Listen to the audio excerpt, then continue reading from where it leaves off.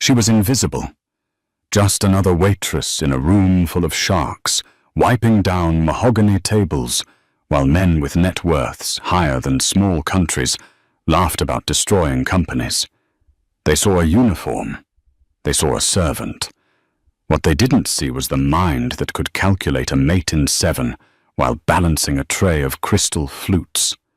Preston Valcourt, the city's most ruthless venture capitalist, thought he was just inviting a poor girl to play a game for his own amusement. He thought he was the predator. He was wrong. When the first pawn moved, the billionaire didn't realize he had just sat down across from his executioner. The rain battered the floor-to-ceiling windows of the Cobalt Room, Manhattan's most exclusive members-only club. It was a fortress of solitude for the elite, a place where the air smelled of aged leather, Cuban tobacco and old money. Sophie Hart adjusted her apron, wincing slightly. Her cheap black flats had worn through at the heel, and the blister rubbing against her skin was a sharp, rhythmic punishment with every step she took. She was 23, invisible, and currently holding a tray of empty tumblers that was heavier than it looked. "More ice, darling, and try to be faster this time," a voice drawled from the corner booth. It was Preston Valcourt. Sophie didn't look him in the eye. Rule number 1 of the Cobalt Room. You serve, you disappear. Yes, Mr. Valcourt, immediately. Preston Valcourt was 35, handsome, in a way that suggested he paid a team of people to keep him that way, and richer than God. He made his fortune in aggressive takeovers, stripping beloved family businesses down for parts and selling the scraps. He sat in a high-backed velvet armchair, a custom-made chessboard made of obsidian and ivory resting on the table before him. He was alone tonight. That was rare. Usually he was surrounded by sycophants, men like Arthur Pendergast or the oil baron Duke Reynolds. But tonight the storm had snarled traffic across the bridge, and the club was nearly empty. Sophie returned with the ice bucket, placing it silently on the coaster. She lingered for a fraction of a second too long, her eyes darting to the board. White to move. The position was messy. Valcourt was playing against himself, or rather he was replaying a famous game from 1958. But he had the knight on the wrong square. It was a positional error that would cost White the center in 3 moves. "Something on your mind?" Preston asked, not looking up. He twirled a black bishop between his fingers. Sophie froze. "No, sir. Just admiring the set. It's beautiful." Preston finally looked up. His eyes were a cold, piercing blue, devoid of warmth but full of a sharp, predatory intelligence. He smiled, but it didn't reach his eyes. "It's 18th century ivory. Worth more than your life's earnings, I imagine." He gestured to the empty chair opposite him. "I'm bored and my usual whipping boys are stuck in traffic." "Do you know how the pieces move?" Sophie clutched her serving tray against her chest like a shield. I know the basics, sir." "Sit," Preston commanded. It wasn't an invitation. It was an order. "I can't, sir. The manager Henry, he'll fire me if I own the building Henry leases," Preston interrupted, pouring himself a glass of amber liquid. "If I tell you to sit, you sit. If Henry complains, I'll buy the club and fire him. Now, sit." Sophie hesitated, her heart hammering against her ribs. This was dangerous. Men like Preston Valcourt played with people like they were toys. If she bored him, she'd be fired. If she offended him, she'd be blacklisted from every high-end venue in the city. She set the tray down on a side table and lowered herself into the plush leather chair. It was soft, swallowing her exhausted frame. It felt like a trap. Preston chuckled a low, dry sound. "Don't look so terrified. We're just going to kill some time. I'll even give you a handicap. I'll take my queen off the board." He reached out to remove the white queen. "That won't be necessary," Sophie said softly. Preston paused, his hand hovering over the piece. He looked at her, really looked at her for the first time. He saw the frayed collar of her uniform, the messy bun of dark hair, the tired shadows under her eyes. "Excuse me, you don't need to remove the queen," Sophie said, her voice steadying. "It wouldn't be a fair game." Preston threw his head back and laughed. It was a loud, barking sound that echoed off the mahogany walls. "Oh, this is rich. The waitress has pride. Very well, darling. Keep the queen. I'll try not to end it in 4 moves.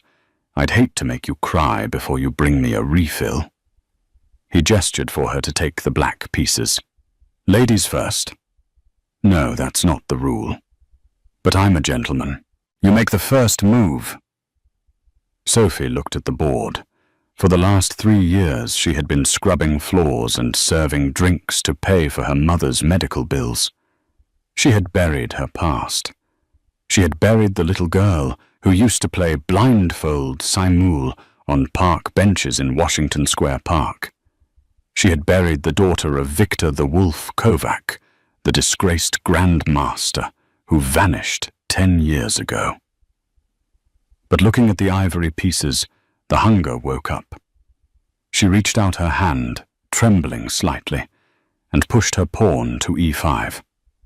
"Standard," Preston sneered, moving his pawn to e4 immediately. "Let's see if you can keep up." The first 10 moves were a blur of speed. Preston played aggressively, slapping his pieces down with the arrogance of a man who had never been told no. He played a flashy attacking opening, sacrificing a pawn early to open up lines toward her king. It was the style of a bully intimidation over substance. He sipped his scotch, watching her over the rim of the glass. "You're surprisingly competent," he admitted, after she blocked his bishop's attack with a calm knight development. "Usually when I play the staff, they forget how the knight moves by turn 3. My father taught me a little." Sophie lied. She didn't mention that her father forced her to memorize the encyclopedia of chess openings before she could read English. "Cute," Preston muttered. He moved his queen out early, placing it on h5. A crude attempt at a scholar's mate setup, delayed and modified. He was testing her, mocking her. He wanted to see if she would panic at the sight of the most powerful piece on the board coming for her throat. Sophie didn't panic. She felt a cold, crystalline clarity wash over her. The noise of the rain faded. The throbbing in her feet vanished. There was only the 64 squares. She saw the flaw in his aggression instantly. By bringing his queen out so early, he had left his queen side undeveloped. His king was still in the center. "He thinks I'm prey," she thought. "He thinks I'm a mouse." Sophie moved her knight to f6, attacking his queen. Preston smirked. "Aggressive. I like feisty." He moved the queen to f3, keeping the pressure on. Sophie didn't hesitate. She pushed her d-pawn to d5, striking at the center. The rhythm of the game changed. Preston stopped sipping his drink. He leaned forward, his brow furrowing slightly. He had expected her to turtle, to build a defensive wall and pray for a draw. Instead, she was opening up the board. She was inviting chaos.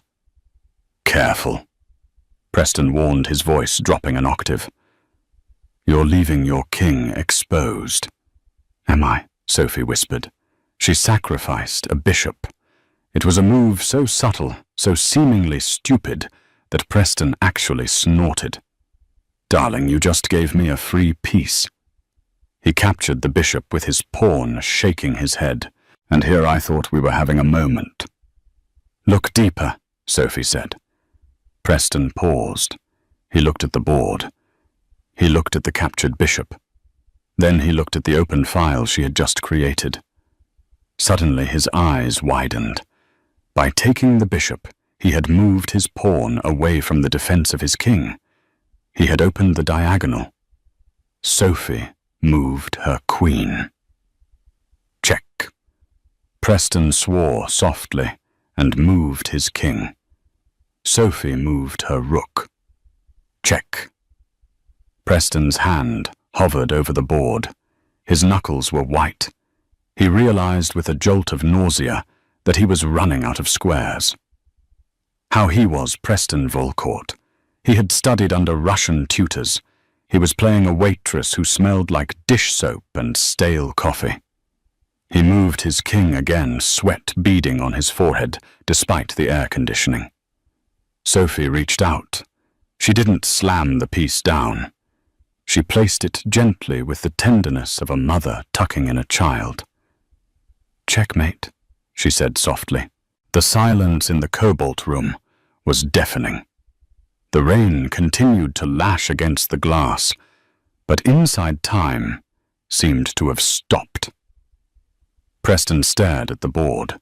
His mouth opened, then closed. He looked for an escape. He looked for a rule she had broken. He replayed the last 5 moves in his head. It was a trap. A beautiful, complex, suffocating trap that he had walked right into, because he was too busy looking at her legs instead of her strategy. He looked up at her. His face was a mask of shock, slowly replaced by a flushing red anger. "Who are you?" he demanded, his voice low and dangerous. "I'm just the waitress, sir," Sophie said, standing up, "and I believe table 4 needs their check." She turned to leave her heart pounding in her throat.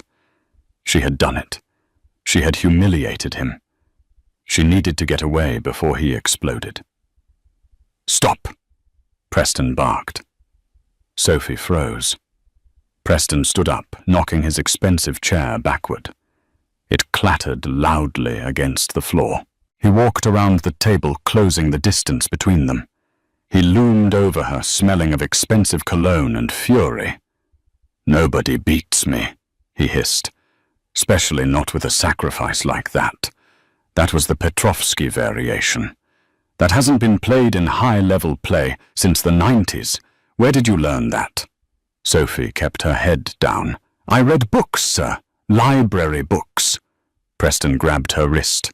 Not hard enough to bruise, but firm enough to hold her in place. "Don't lie to me. You didn't learn that from a library book. You played me. You hustled me."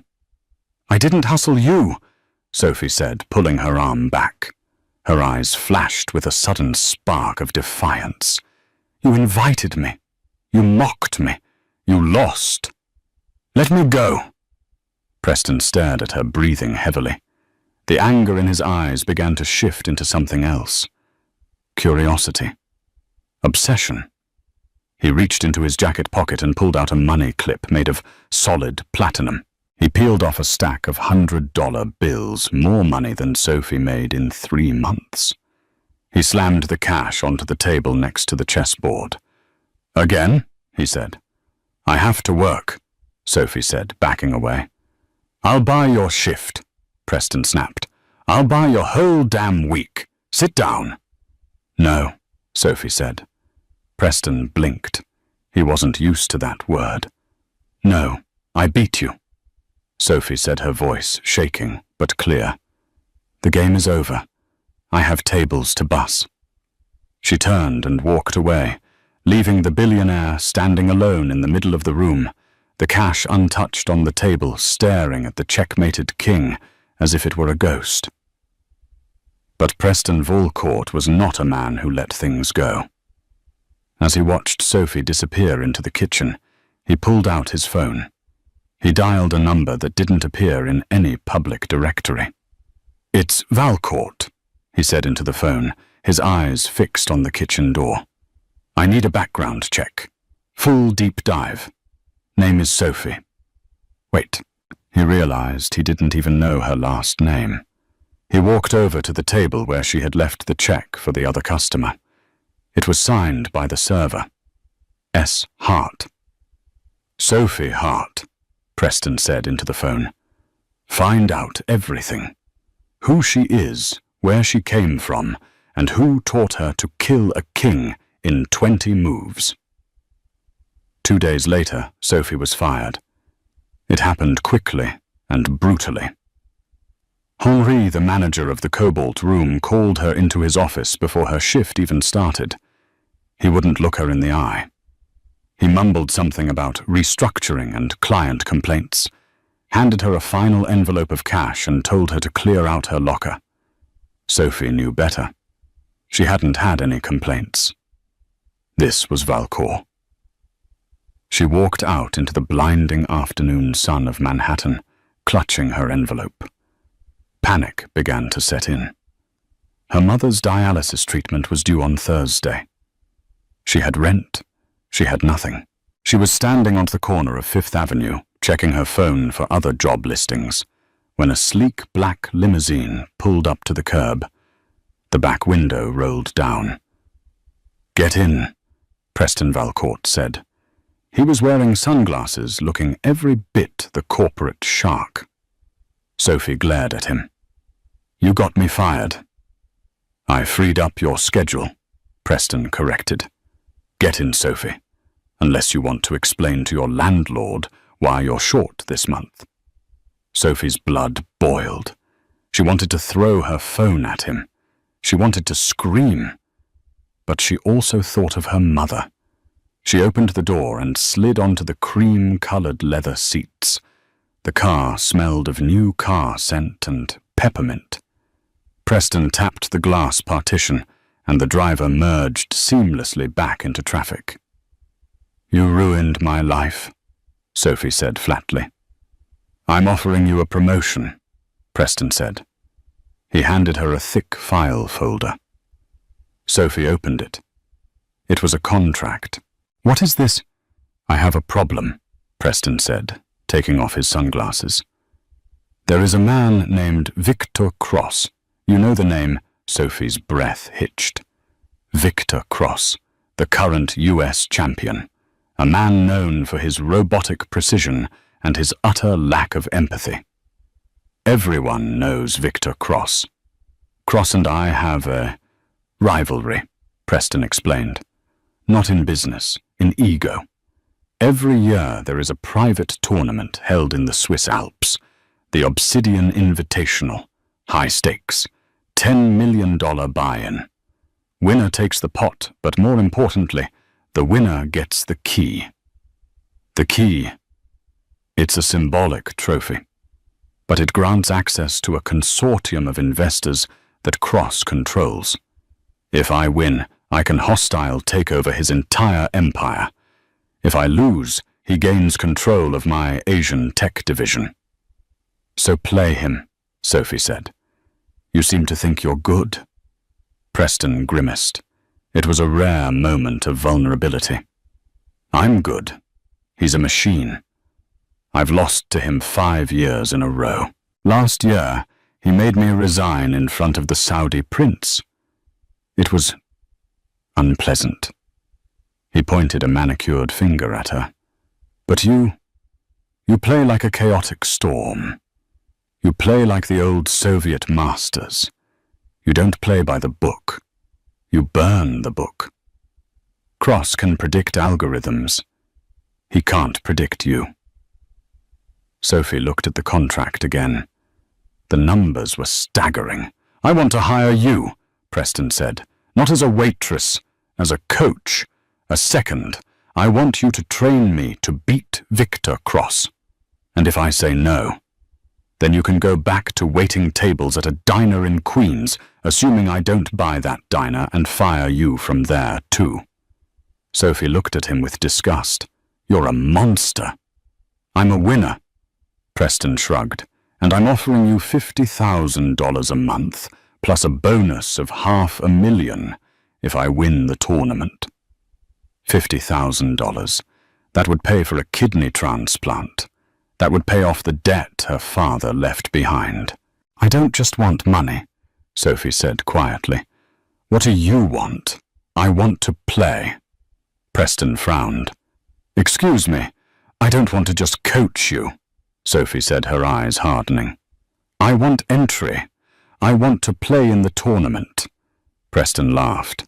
Sophie, the entry fee is $10 million, and it's by invitation only. You're a nobody. Then make me a somebody, she countered. Sponsor me. Pay my entry entry fee. If I win, you get the winnings. I just want the title. I want to beat Cross myself. Preston studied her. He saw the fire in her eyes. It was the same fire he saw in the mirror every morning. He realized then that she wasn't just a waitress who got lucky. She was a predator who had been declawed by life, desperate to hunt again. You think you can beat Victor Cross? Preston asked seriously. I know I can, Sophie said. I know his weakness. He doesn't have a weakness. He does, Sophie whispered. He can't handle imperfection. He panics when the board gets messy, and I make the board very, very messy. Preston smiled. A real smile this time. A wicked, conspiring smile. Deal, he said, extending his hand.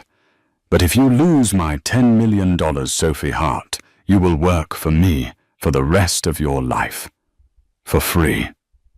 Sophie looked at his hand. She knew she was shaking hands with the devil. But for the chance to sit across from a grand master and show the world what she could do, she shook his hand. Where are we going? She asked. The airport, Preston said. We have a jet waiting. Training starts in Paris. Pack your bags. Actually, don't bother. I'll buy you new clothes. You look like a charity case. As the limo sped toward Teterboro Airport, Sophie watched the city blur past. She wasn't Sophie the waitress anymore. She was a player again. But she knew something Preston didn't. She wasn't doing this for the money. And she wasn't doing it just to beat Cross. She was doing it because Victor Cross was the man who had framed her father 10 years ago. And Sophie Hart was finally coming for revenge. The private jet touched down at Le Bourget in Paris under a blanket of twilight. Sophie stepped onto the tarmac, the cool French air biting at her cheeks. She expected to be whisked away to a hotel, but Preston Valcourt didn't do hotels. He owned a penthouse on Avenue Montaigne that overlooked the Eiffel Tower, a sprawling palace of glass and marble that cost more per night to maintain than Sophie's entire neighborhood in Brooklyn earned in a year. Welcome to boot camp, Preston said, tossing his jacket onto a pristine white sofa. For the next 3 weeks, Sophie didn't see the Eiffel Tower. She didn't see the Louvre. She saw only 64 squares. Preston had hired a team. There was a nutritionist who measured her caloric intake to ensure optimal brain function. There was a sleep specialist who adjusted the circadian rhythm of the room. And there was Claude, a stylist who looked at Sophie's worn-out sneakers with the same expression one might look at a dead rat. Burn it all, Preston ordered Claude, gesturing to Sophie's single battered suitcase. Wait, Sophie protested, grabbing the bag. My father's chess journal is in there. Preston paused. He walked over, gently took the bag from her and unzipped it. He bypassed the faded T-shirts and the toiletries stolen from the hotel. He pulled out a leather-bound notebook, its cover cracked and stained with coffee and time. He flipped through it. It was filled with frantic scribbles, diagrams of games and notes in Russian and English. It was the mind of a madman or a genius. We keep the book, Preston said, handing it back to her. Everything else goes. You are entering a world where appearance is a weapon, Sophie. If you look poor, they will treat you like you are stupid. I need you to look like a queen so you can kill like one. The transformation was grueling. Sophie was poked, prodded, tailored, and polished, but the real torture happened in the library. Preston wasn't just a billionaire. He was a decent player, rated around 2200. But he knew that wasn't enough to train her. He flew in sparring partners. Not just anyone. He brought in hungry international masters from Eastern Europe, men who played for rent money and hated losing. On the third day, a Serbian master named Goran sat across from her. He was a massive man, with hands like shovels smoking a cigar that Preston allowed only because Goran was brilliant. "Little girl," Goran grunted, moving his knight. "You should go back to dolls." Sophie didn't speak. She was wearing a silk blouse that cost $2,000, and it felt alien on her skin. But the pieces felt familiar. She played the Sicilian Defense Dragon variation. It was sharp, double-edged, and violent. Goran laughed at her aggressive pawn storm. He thought she was overextending. He launched a counterattack on the queen side. Preston watched from the corner, nursing an espresso. He saw what Goran missed. Sophie wasn't attacking to checkmate. She was attacking to force a mistake. 20 moves later, Goran was sweating. He loosened his tie. He realized his king was trapped in a mating net, and he had no pieces to defend it. "Resign?" Sophie whispered. Goran slammed his fist on the table, rattling the pieces. "No, it is a draw. Perpetual check." "It's mate in 3, Sophie said calmly. "Rook to h1. King takes. Queen to h5. Goran stared at the board. His face turned purple. He stood up, knocked his king over, and stormed out of the room, cursing in Serbian. Preston walked over to the table. He looked at the position. It was a work of art. "You have a temper on the board," Preston noted, sitting in the empty chair. "I hate bullies," Sophie said, resetting the pieces. "Is that what I am?" Preston asked. His voice was softer than usual. Sophie looked up at him. In the soft light of the Parisian apartment, the sharp angles of his face seemed less severe. He looked tired. The weight of his empire, the pressure of the upcoming tournament, it was wearing on him too. "You're a control freak," Sophie said. "But you gave me a chance. So the jury is out." Preston chuckled.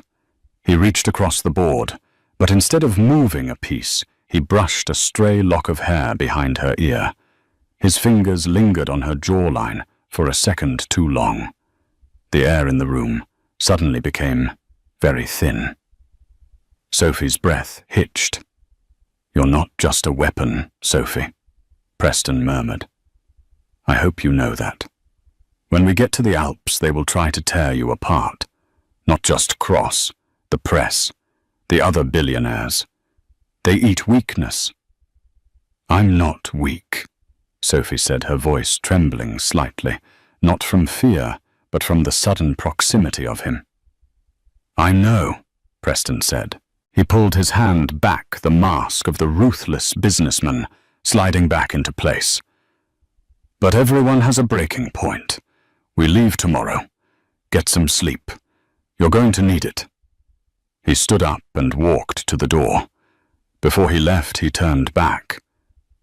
"And Sophie, that dress looks incredible on you." Sophie sat alone in the library, her heart pounding a rhythm that had nothing to do with chess. She touched her cheek where his fingers had been. She couldn't afford to fall for him. He was the employer. She was the employee. And she had a secret agenda. If Preston found out she was Viktor Kovac's daughter, he might pull her from the tournament. Her father's name was poison in the chess world.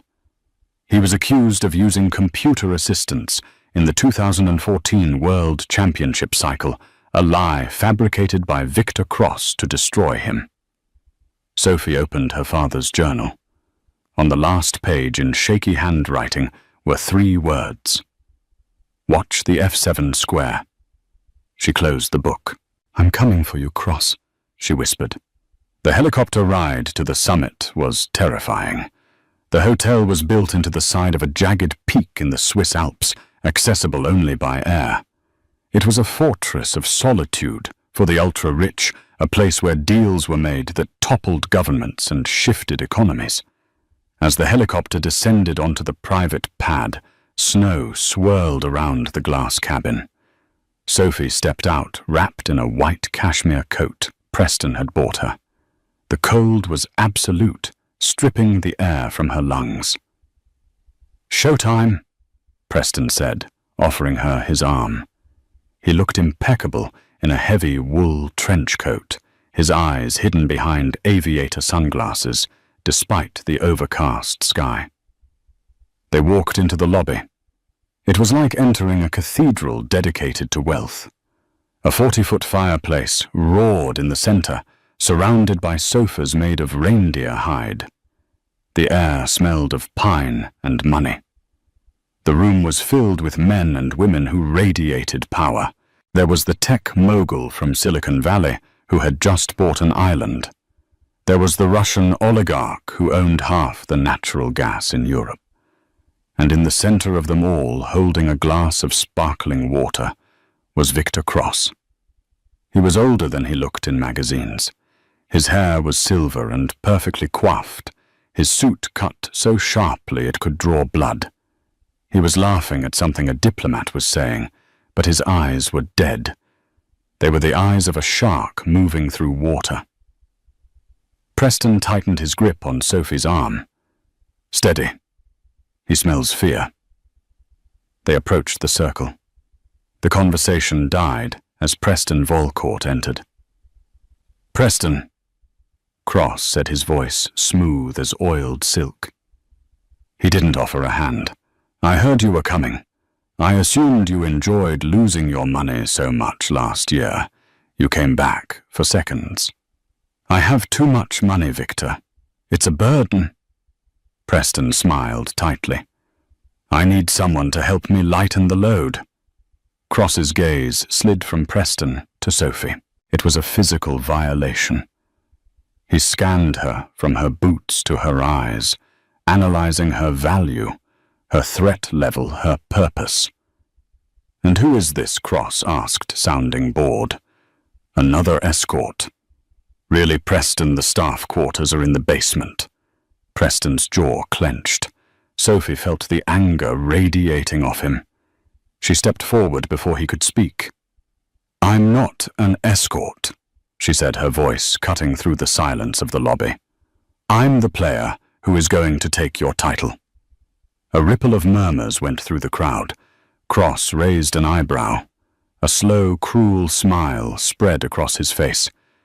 "Is that so?" Cross asked. "You must be the prodigy my spies told me about.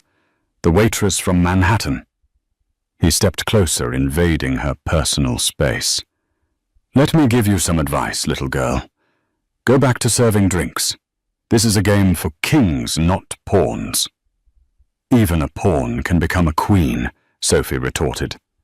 Cross laughed. "A romantic notion, but in the real world, pawns get sacrificed." He turned his back on her, dismissing her completely. "Dinner is at 8, Preston. Try to teach your pet which fork to use." Preston steered Sophie away toward the check-in desk. His grip was bruising now. "You provoked him," Preston hissed as they entered the elevator. "He provoked me. He was testing you," Preston snapped. "He wanted to see if you would break, and you snapped at the bait. You cannot be emotional with him, Sophie. If you play him with anger, he will dismantle you piece by piece." They reached the penthouse suite. It was a sprawling, multi-level room with a panoramic view of the blizzard outside. Preston walked to the wet bar and poured a stiff drink. "I'm sorry," Sophie said, sitting on the edge of the bed. He just has that face." "He's a sociopath," Preston said, downing the drink. "But he's a genius sociopath. Listen to me. The drawing of lots is tonight at dinner. If you draw white against him, you have a chance.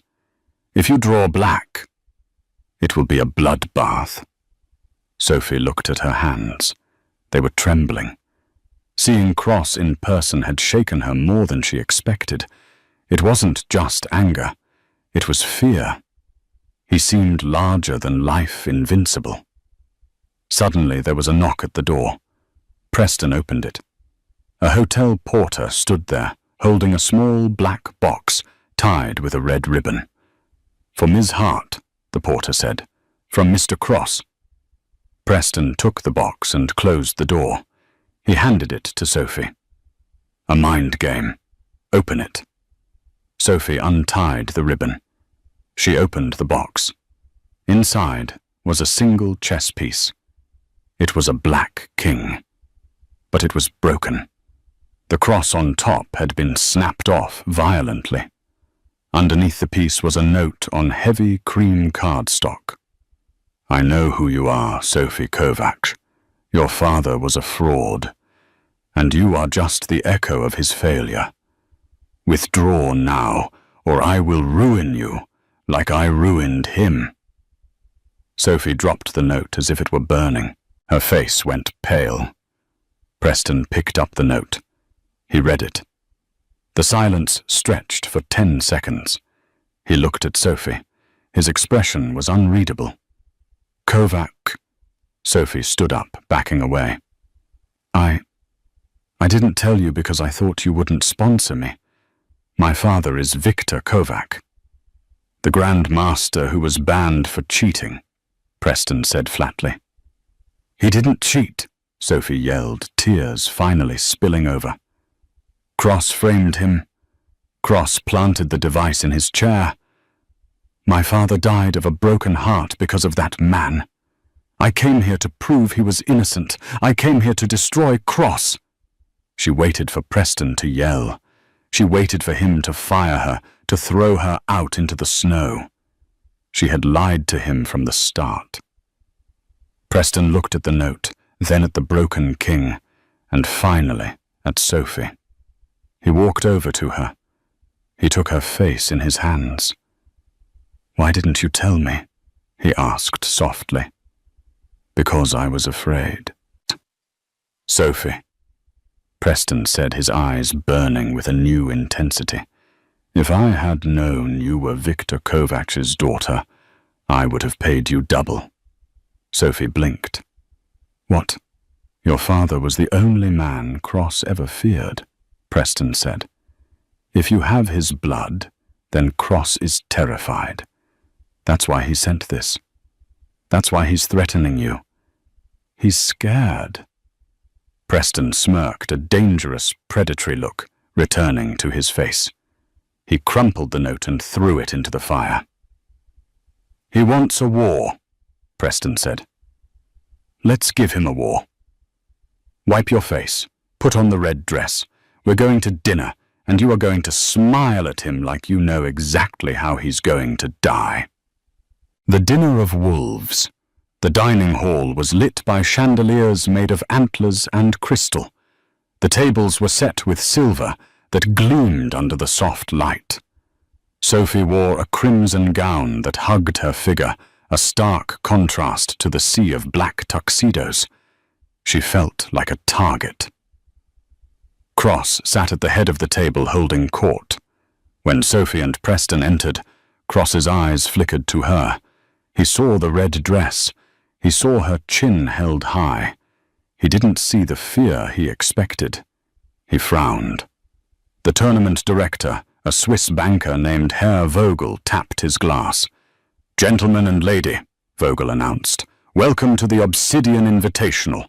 The buy-in has been verified. The pot stands at $100 million. Winner takes all." A murmur of greed went through the room. "Tonight we draw the bracket," Vogel said. He held up a crystal bowl filled with ivory balls. One by one, the players drew their numbers. There were 8 players in total. It was a knockout tournament, 3 rounds to win. Sophie was the last to draw. She reached into the bowl, her heart hammering. She pulled out a ball. Number 8. Number 8, Vogel announced. Sophie Hart will play against number 1, Victor Cross. The room went silent. It was the worst possible draw. She would face the Grandmaster in the very first round. Cross smiled. He raised his wine glass to her. A short trip for you, my dear. I hope you didn't unpack. Sophie picked up her own glass. She stood up. Her legs were shaking, but she forced them to be still. She thought of her father, sitting in his dark apartment, replaying his lost games until he died. I didn't come for a trip, Victor, Sophie said, her voice ringing clear. I came to finish the game you started 10 years ago. She drank the wine. Preston squeezed her hand under the table. The game had begun. The tournament hall known as the Sanctum was a marvel of modern engineering designed to strip a human being of their soul. It was a soundproof glass cube, suspended in the center of the hotel's ballroom. Inside, the air was oxygen-enriched to keep the players awake, and the temperature was kept at a chilling 65 degrees. Outside the glass, 50 of the world's wealthiest people sat in darkness, watching the illuminated stage like Romans at the Colosseum. Sophie sat at the table. The board before her was made of polished obsidian and marble. The pieces were weighted with lead. Across from her, Victor Cross looked bored. He was checking his cuticles. He hadn't even looked at her since they sat down. 5 minutes to start, the arbiter announced. Preston was outside the glass, standing in the front row. He couldn't speak to her. He couldn't signal her. But Sophie could feel his eyes on her. Before she entered the cage, he had whispered one thing to her. Don't play the board. Play the man. He is arrogant. Use his ego against him. Sophie closed her eyes. She tried to summon the image of her father, Victor. She remembered him sitting at their wobbly kitchen table, cigarette smoke curling in the air. Chess is not about math. Sophie, he would say, it is about truth. You cannot lie on the board. If you are afraid, the board shows it. If you are greedy, the board punishes you. Begin, the arbiter said. Cross-playing white reached out and played.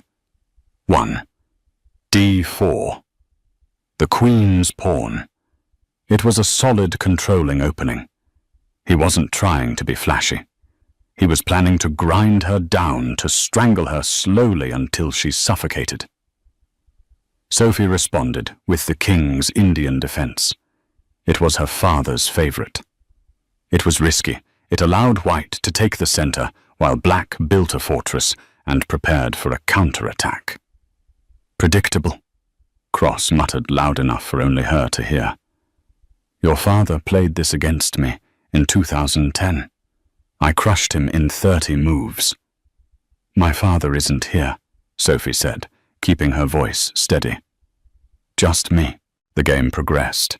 The silence in the glass cage was absolute. The only sound was the thwack of pieces hitting the board and the sharp click of the clock. By move 20, Sophie was in trouble. Cross was playing with machine-like precision. Every time she tried to create an imbalance, he shut it down. He traded pieces efficiently, simplifying the position. He was draining the life out of the game. He wanted a boring technical win. He wanted to show her that she didn't even deserve a fight. Sophie felt the sweat trickling down her spine despite the cold. Her heart rate monitor, displayed on a screen outside for the spectators to see, was spiking to 120. Cross's was a steady 65. She looked at the board. Her knight was pinned. Her king was trapped in the corner. If she moved her rook, she lost a pawn. If she didn't, she lost position. It was a slow death. Then she saw it. It wasn't a move on the board. It was a movement across the table. Every time Cross made a critical move, his eyes darted to the left. Just a flicker, a micro-expression. He would glance toward the reflection in the glass wall, then look back and move instantly. Sophie frowned. She followed his gaze. In the reflection of the glass, she could see the darkened audience. Specifically, she could see a man sitting in the third row. He was wearing a blue tie. He was tapping his finger against his chin. Tap, tap, pause, tap. Sophie's mind raced. It was Morse code. No too simple. Was it an engine evaluation? She looked back at the board. Cross made a move. Knight to e5. It was a brilliant, computer-perfect move that cemented his advantage. The man in the blue tie stopped tapping. A cold realization washed over Sophie. He's cheating, just like he did with her father. It wasn't a computer in the chair. It was a human engine in the audience, a grandmaster team, analyzing the game with a supercomputer in real time and signaling the best moves to him. The rage that exploded in Sophie's chest was hot and blinding. It wasn't fear anymore. It was pure molten hatred. He had destroyed her family, ruined her father's name, and here he was, doing the exact same thing to her. She looked at Cross. He was smirking. He knew she was suffering. Sophie looked out at the audience. She found Preston. She couldn't wave. She couldn't shout. But she stared at him, intense and desperate. She shifted her gaze to the man in the blue tie, then back to Preston, then back to the man in the blue tie. "See him," she begged silently. "Please, Preston. See what I see." Preston Valcourt was a shark. He made his billions by reading people, by noticing the tiny details others missed. He saw Sophie's distress. He saw her staring at the audience member. Preston turned his head slightly. He looked at the man in the blue tie. He saw the rhythmic tapping. He saw the earpiece the man was trying to hide under his hair. Preston's face went dark. He didn't make a scene. He didn't call the arbiter. That would pause the game, and Cross would just deny it. Preston stood up quietly. He buttoned his jacket. He whispered something to his bodyguard, a mountain of a man named Marcus. Marcus nodded and moved toward the man in the blue tie.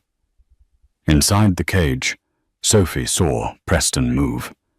She saw him give her a tiny, imperceptible nod. He knows.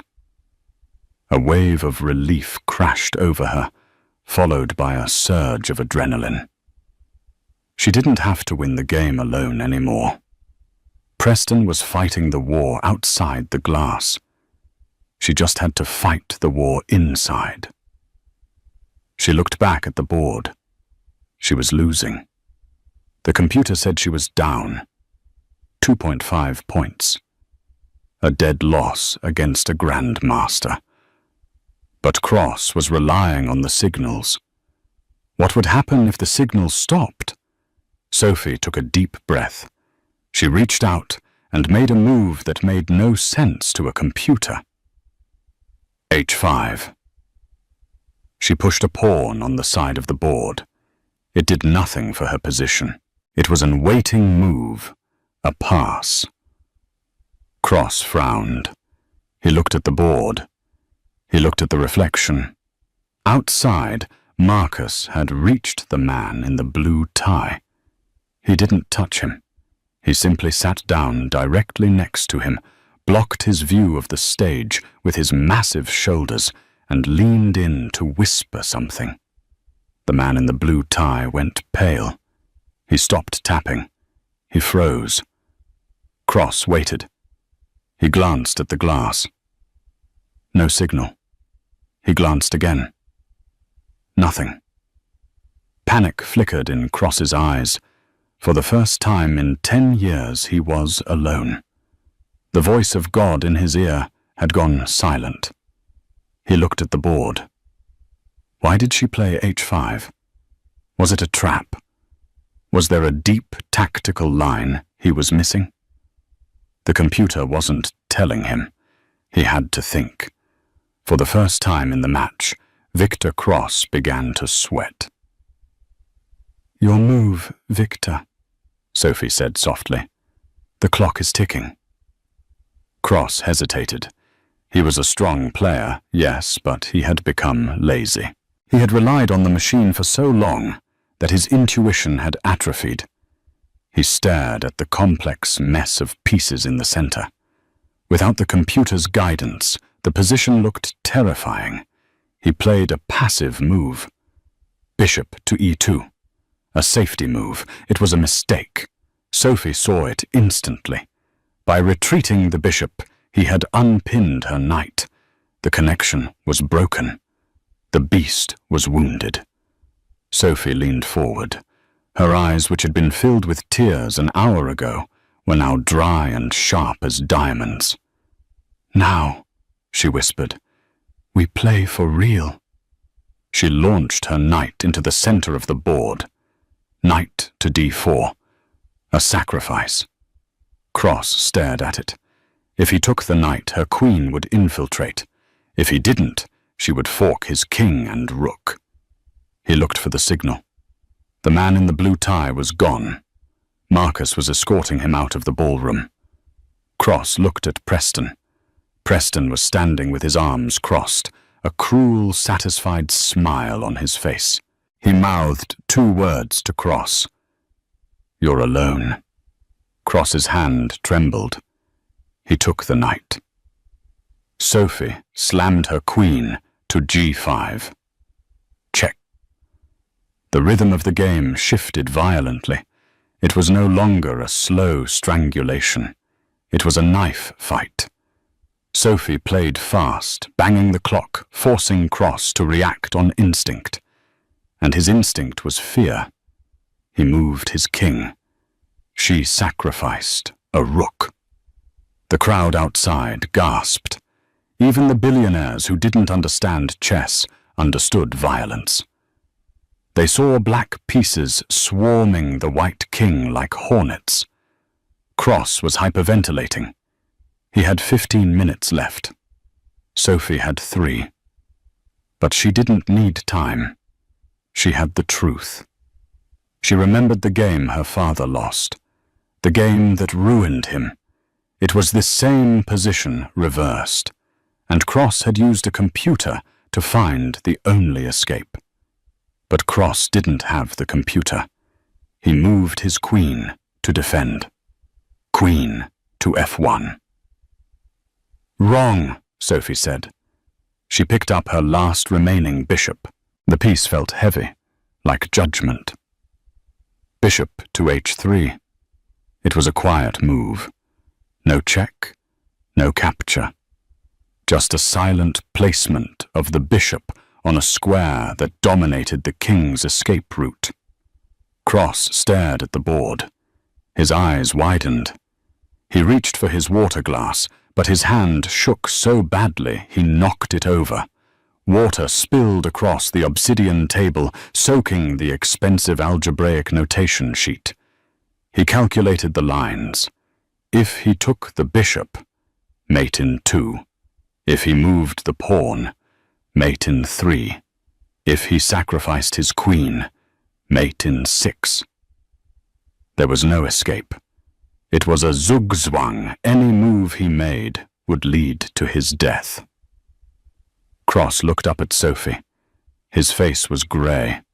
The arrogance was gone, replaced by the hollow look of a man who realizes his entire legacy is built on sand. "You're a witch," he hissed.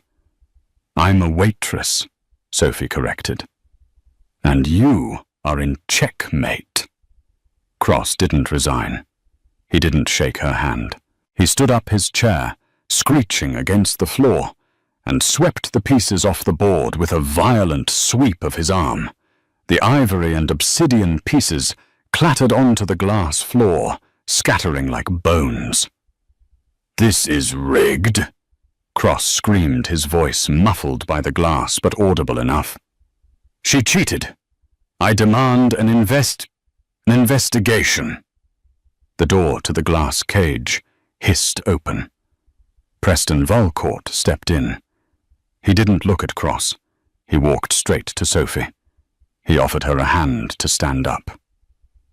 "Did you cheat?" Preston asked loudly for the room to hear. "I played to the board," Sophie said, standing tall. Preston turned to Cross. "My security team just apprehended a man named Mr. Grigori in the audience. He was transmitting moves to an earpiece. We have the device, we have the transmission logs, and we have his confession." The color drained from Cross's face completely. "You're finished, Victor," Preston said coldly. "The tournament is over. The investors know. The press is being briefed as we speak. You aren't just losing the 10 million. You're losing your company. You're losing your title. And you're going to prison." Cross looked around. The wealthy spectators were standing phones out, recording his downfall. The Shark Tank had turned on him. He slumped back into his chair, a broken king in a glass cage. Sophie didn't watch him fall. She turned to Preston. "Did we win?" she asked, her voice suddenly small, the adrenaline crashing. Preston looked at her with an intensity that melted the ice in the room. He pulled her close, wrapping his arms around her, burying his face in her neck.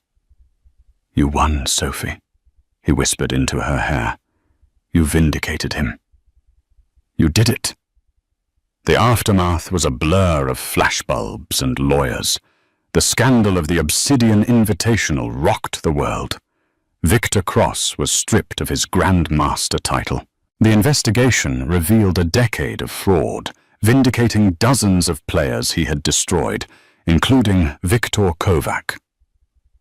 Sophie Hart became an overnight sensation.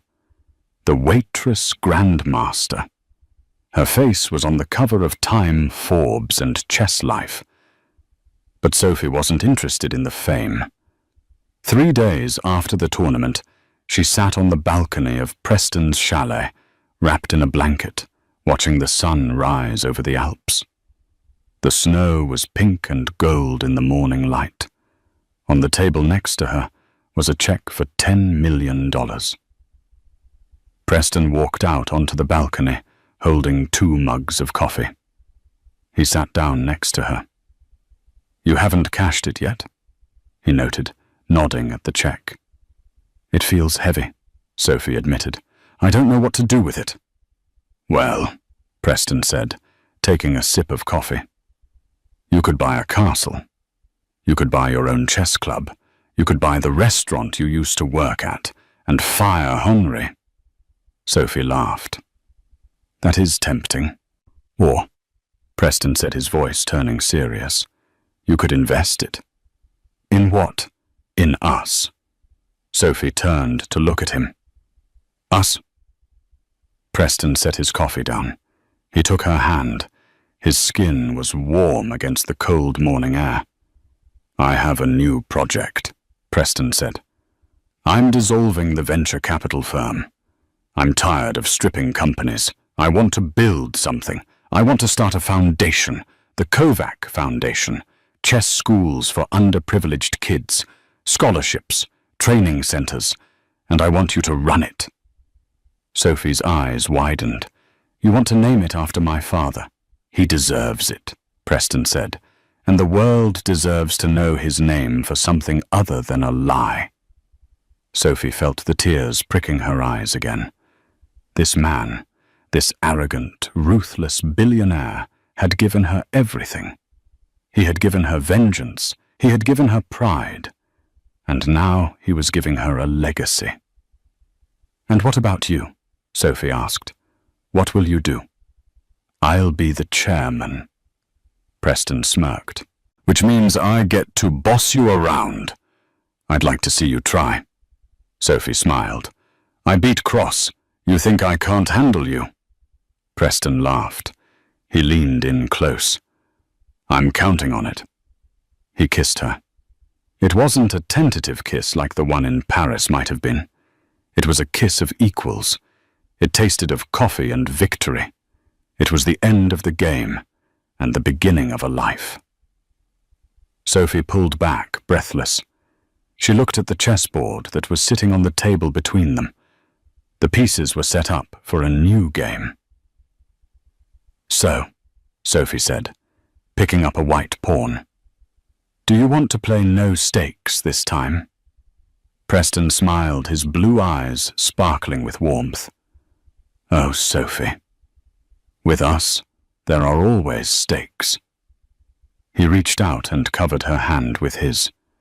"But I think I've finally found a game I don't mind losing." Sophie moved the pawn to e4. "Your move, Billionaire," she whispered. The sun climbed higher over the mountains, illuminating the board. The game continued, but this time nobody was alone. And that is the story of how a simple waitress checkmated a billionaire's heart and took down a tyrant. Sophie Hart proved that it doesn't matter where you start, whether it's a penthouse or a diner. What matters is the move you make when the world thinks you're defeated. She taught us that the most powerful piece on the board isn't the queen. It's the courage to keep playing when you're down. If you enjoyed this story of revenge romance and strategy, please smash that like button. It helps the channel so much. What would you do if a billionaire challenged you to a game for your life? Would you play? Let me know in the comments below. Don't forget to subscribe and hit the notification bell so you never miss a story. We have a thriller coming up next week about a thief who accidentally steals a nuclear code tattoo. You won't want to miss it. Thanks for watching, and remember, make your next move your best move. See you next time.